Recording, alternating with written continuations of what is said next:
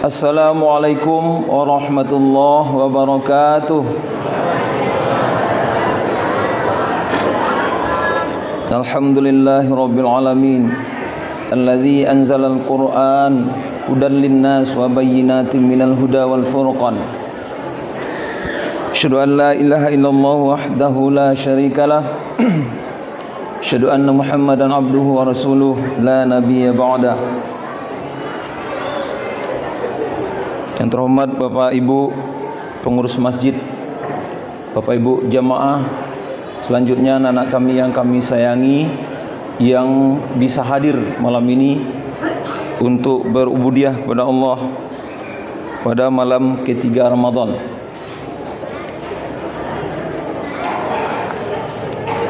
Bersyukur kita kepada Allah Subhanahu wa taala dengan ucapan alhamdulillahirabbil alamin. Bersalawat kita kepada Rasulullah sallallahu alaihi wasallam dengan ucapan Allahumma salli ala sayyidina Muhammad wa ala ali sayyidina Muhammad. Bapak Ibu sidang tarawih rahimakumullah. Malam ini saya ditodong. Saya ditantang untuk menyampaikan sesuatu di mimbar ini,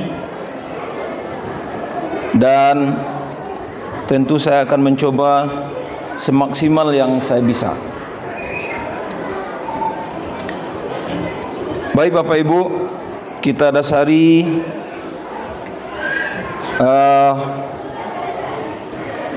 kajian kita ini pertama dengan istilah kok talaluk menjagoan, kok talupu manganan. Itu. Yang kedua tentu dengan maksud kita akan meningkatkan kualitas ibadah kita. Dalam surat Al-Hasyr ayat yang ke-18 Allah berfirman, A'udzu billahi minasy syaithanir rajim. Bismillahirrahmanirrahim. Ya ayyuhalladzina amanu taqullaha wal tanzur nafsum ma qaddamat lighad wattaqullaha innallaha khabirum bima ta'malun. Sadaqallahul azim. Bapak Ibu rahimakumullah, sering kita lupa untuk mengevaluasi, untuk memeriksa ibadah-ibadah yang kita lakukan. Kita hanya seolah terjebak dengan rutinitas saja. Ke masjid, sampai di masjid salat tahiyat masjid 2 rakaat. Setelah itu apa lagi? Salat qabliyah, dilanjutkan dengan salat wajib. Kemudian nanti setelah zikir kita beri juga salat ba'diyah. Namun kita lupa, dan sering lupa, pada umumnya kita lupa akan kualitas ibadah kita. Ini yang sering kita lupakan, bahkan memang tidak pernah kita ingat.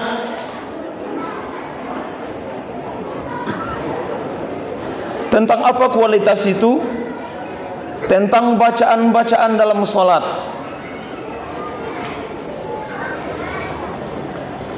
Tentang arti yang terkandung dalam setiap gerakan salat. Misalnya, tentang apa lagi? Tentang tumakninah dalam salat.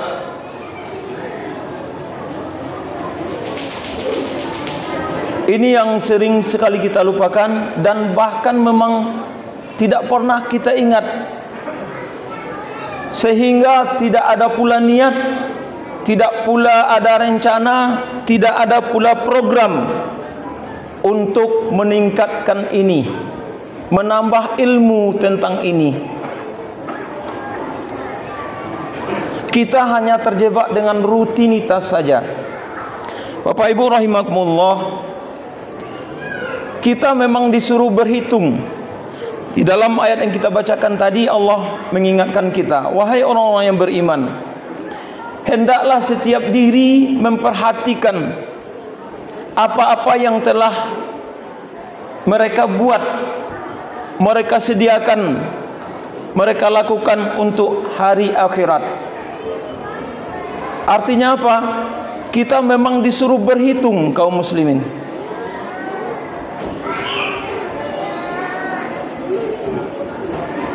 Kita disuruh berhitung, menghitung. Ini mungkin yang juga sering luput dari ingatan kita. Ya, sekarang kita coba buka sedikit cakrawalanya. Kita coba menghitung umur bagi bapak-bapak yang sudah berumur 60 tahun misalnya.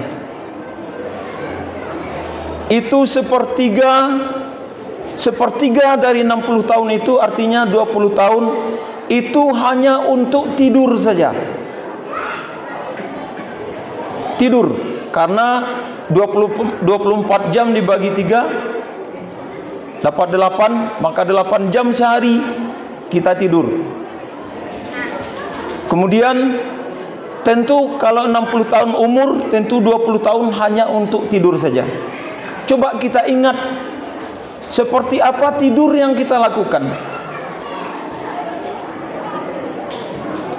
Apakah kita sudah tidur menurut sunnah yang diajarkan oleh Rasulullah, atau kita memang tidak mau tahu sama sekali dengan hal itu?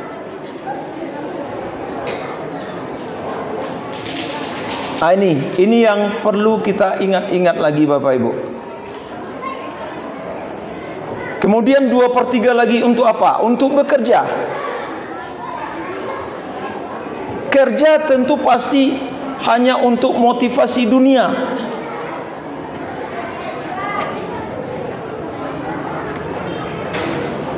Dalam hal ini coba kita introspeksi diri kita masing-masing, termasuk saya yang menyampaikan. Bisa dipastikan apa yang kita lakukan, aktivitas kita sehari-hari, bisa dipastikan motivasinya lebih berat untuk dunia. Ini yang mestinya kita ingat Bapak Ibu. Kita takut dalam hal ini, karena perjalanan yang akan kita tempuh itu tidak berujung adanya. Maka tentu kita ingin berbekalkan dengan bekal yang terbaik. Jangan sampai bekal yang kita kumpulkan itu bekal yang tidak diterima oleh Allah Subhanahu wa taala. Bekal yang tidak diridhai oleh Allah Subhanahu wa taala.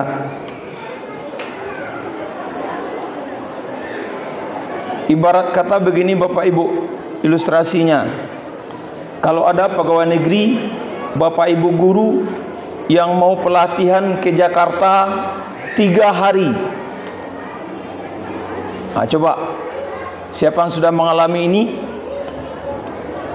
Itu semuanya disiapkan, pakaian dari luar sampai dalam, alat mandi, apalagi alat sholat, semuanya pokoknya disiapkan. Diperiksa lagi, sudah dimasukkan ke dalam koper, diperiksa 2-3 kali pemeriksaan. Itu hanya untuk perjalanan 3 hari pulang balik Bapak Ibu. Ini perjalanan kita tidak berujung.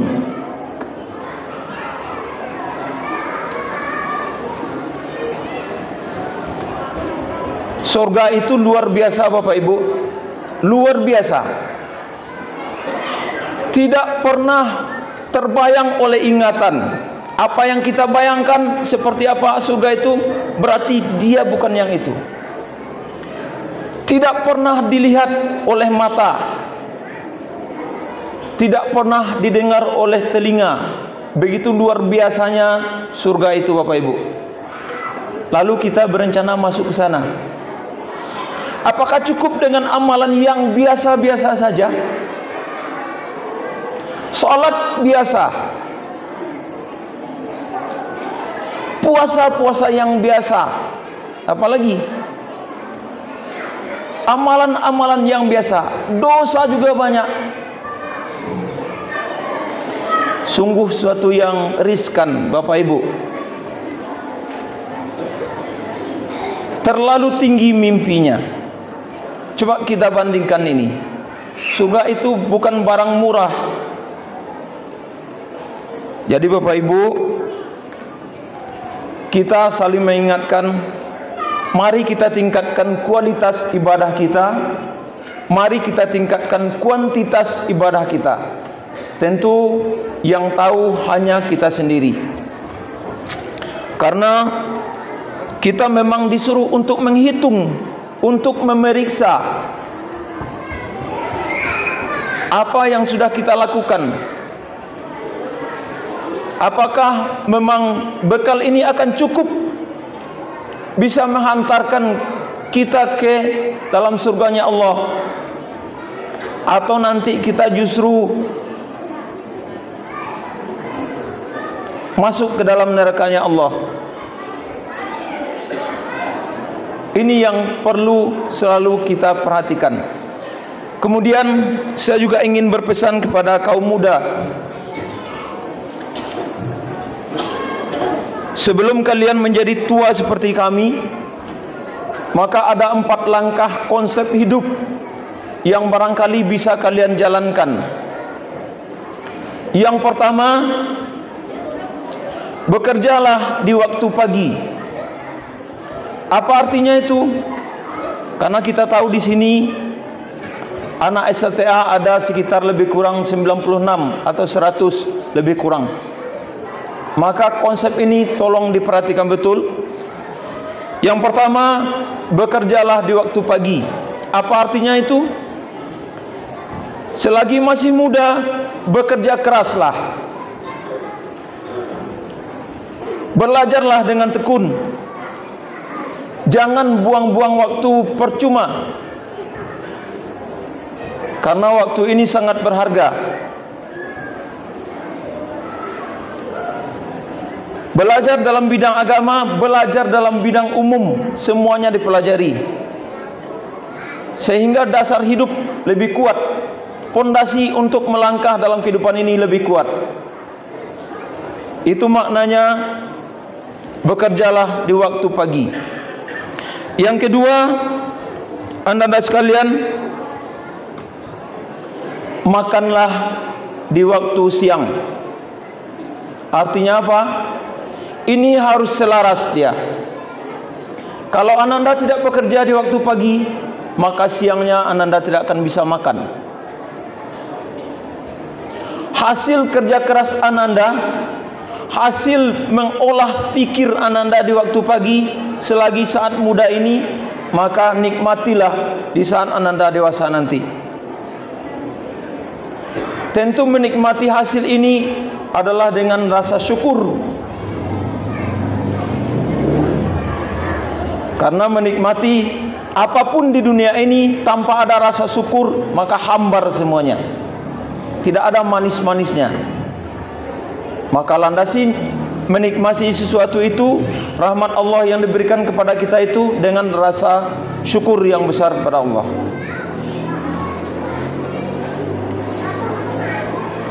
Lalu yang ketiga, beristirahatlah di waktu sore. Apa artinya? Ketika Ananda masuki usia dewasa nanti, kemudian di antara usia setengah baya dan tua, maka Ananda istirahatlah. Artinya apa? Merenung, berpikir, karena kematian itu pasti adanya. Atau kira-kira di masjid ini ada yang tidak akan mati-mati? Mumbang jatuh, kalapu jatuh, Bapak Ibu, Ananda sekalian.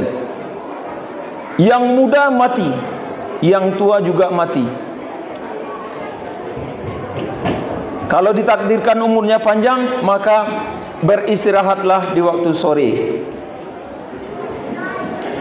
Tanpa Ananda jalankan yang dua tadi, bekerja di waktu pagi, makan di waktu siang, Ananda tidak akan bisa istirahat di waktu sore.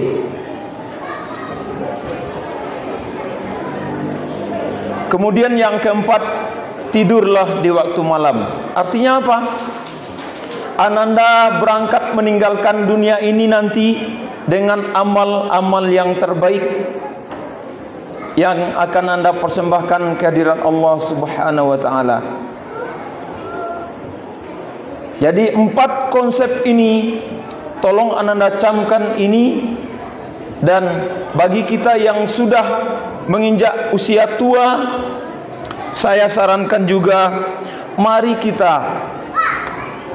kita berusaha juga meningkatkan, memeriksa, mengevaluasi amal-amal ibadah yang sudah kita lakukan, baik dari segi kualitas maupun dari segi kuantitasnya. Kalau selama ini kita hanya menjalankan sholat wajib saja, maka tambah dengan sholat sunat. Kalau selama ini kita hanya mengerjakan puasa yang wajib saja, maka tambah dengan puasa-puasa sunat. Karena fadilah dari yang sunat-sunat ini bukan main. Dia punya fadilah tersendiri yang akan membuat pundi-pundi pahala kita menjadi lebih besar, dan dengan harapan tentunya kita berangkat meninggalkan dunia ini nanti dengan senyum, dan kita diterima oleh Allah Subhanahu wa taala di hadiratnya, dan kita disediakan tempat yang terbaik di sisinya. Mungkin itu saja Bapak Ibu yang bisa saya sampaikan. Maaf kalau ada yang tidak berkenan. Billahi taufiq wal hidayah. Assalamualaikum warahmatullahi wabarakatuh.